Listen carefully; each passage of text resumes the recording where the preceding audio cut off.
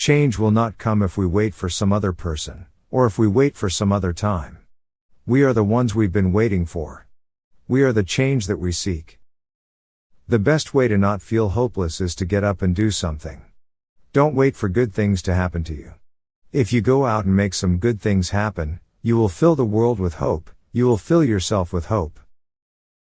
A change is brought about because ordinary people do extraordinary things. In the unlikely story that is America, there has never been anything false about hope. In the face of impossible odds, people who love this country can change it.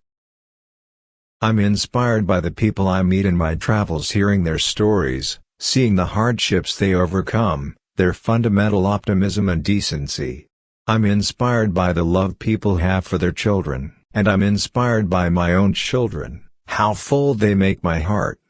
They make me want to work to make the world a little bit better. And they make me want to be a better man.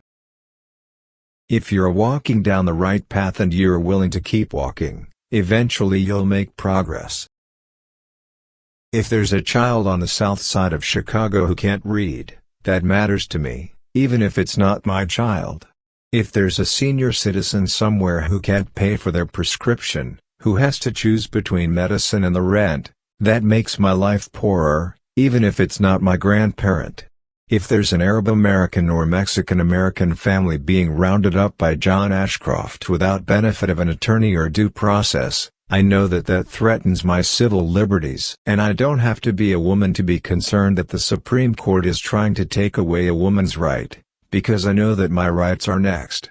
It is that fundamental belief, I am my brother's keeper, I am my sister's keeper, that makes this country work. We don't ask you to believe in our ability to bring change, rather, we ask you to believe in yours.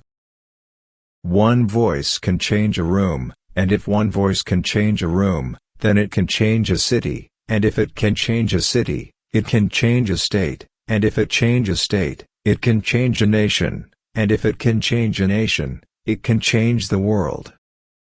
What I've realized is that life doesn't count for much unless you're willing to do your small part to leave our children, all of our children, a better world. Any fool can have a child. That doesn't make you a father. No, you can't deny women their basic rights and pretend it's about your religious freedom. If you don't like birth control, don't use it. Religious freedom doesn't mean you can force others to live by your own beliefs. It's important to make sure that we're talking with each other in a way that heals, not in a way that wounds. Focusing your life solely on making a buck shows a poverty of ambition. It asks too little of yourself. And it will leave you unfulfilled. Making your mark on the world is hard. If it were easy, everybody would do it.